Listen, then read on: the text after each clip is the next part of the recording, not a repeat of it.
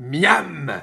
Un beau plat de poisson accompagné d'un bon petit verre de blanc, du blanc de la région, bien sûr. Voilà un de ces petits plaisirs de la vie que rien, ni personne, ni aucun virus ne pourra nous empêcher de déguster. Et voilà aussi certainement ce que Pierre et ses amis auraient volontiers goûté le jour où ils sont partis à la pêche, mais revenus totalement bredouilles. Rien dans les filets, pas la moindre petite perchette de rien du tout, nada. Et les filets de notre vie à nous, ils sont comment? Pleins? Vides? À moitié plein? À moitié vide? La fête de Pâques cette année a été un jour presque comme tous les autres depuis le début de cette crise.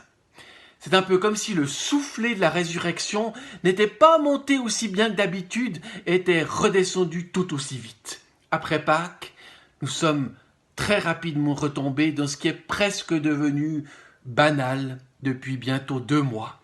Une vie pas tout à fait satisfaisante et qui peut même nous paraître parfois stérile, comme cette pêche infructueuse des disciples. Alors Pierre semble se retrouver au point zéro de sa vie, comme lors de sa première rencontre avec Jésus, comme si tout ce temps passé avec lui n'avait été qu'une parenthèse.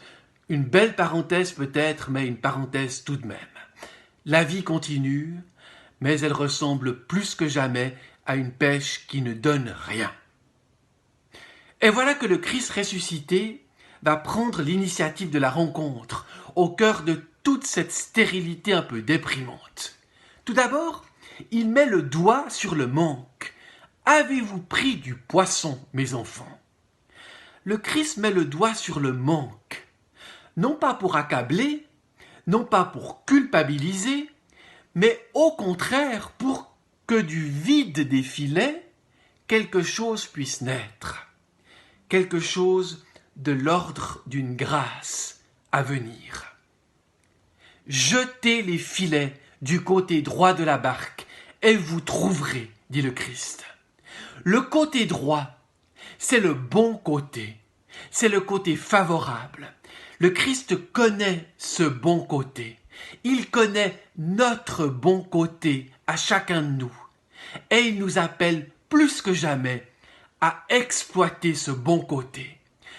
Nous mettre à son écoute, c'est découvrir que notre vie n'est pas faite que de pêche infructueuse, mais qu'il y a en chacun de nous des potentialités, même encore ignorées, même cachées.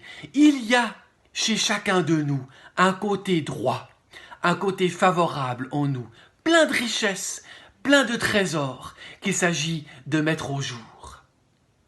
Et alors, la suite de l'histoire, c'est que les disciples retournent à la pêche et les filets sont pleins à craquer et ils reconnaissent leur maître ressuscité.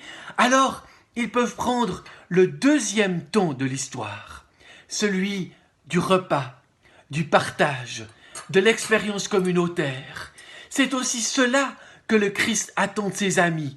Partager le poisson pêché, mettre en commun ce qu'ils ont reçu, partager la grâce dont ils ont été les bénéficiaires, signe de communion, signe d'amour.